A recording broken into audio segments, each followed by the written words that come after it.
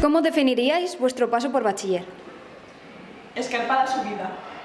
Como una montaña rusa que no ha hecho más que subir. Trambólico.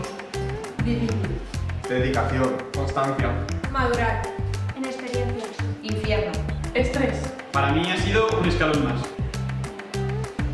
Racholeta. Esfuerzo. Bajadas y subidas. Cárcel. Terremoto. Intensidad.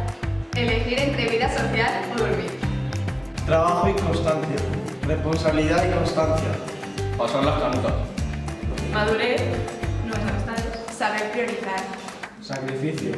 Trabajo duro y pasarlo bien y muchas risas. Esforzarse. Organización. Presión. Han sido 2 años de agobio y estrés, pero de todo lo malo se saca algo bueno. Ha merecido la pena. Por la suerte de conocernos. Un suplicio. Y muerte. Para mí el bachiller ha sido un reto constante. Y ansiedad, mucha ansiedad. Haberlo bailado. Una gran floritura. Un murmullo. Trabajo y esfuerzo. Constancia y dedicación. Madurez. Esfuerzo. Y crecimiento como persona.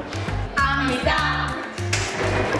Muerte. Súbita. Absoluta. Bueno, jo de batxiller m'he quart de persones, molts moments, l'adquisició de noves metes i en definitiva que jo crec que en aquests 2 anys hem fet majors.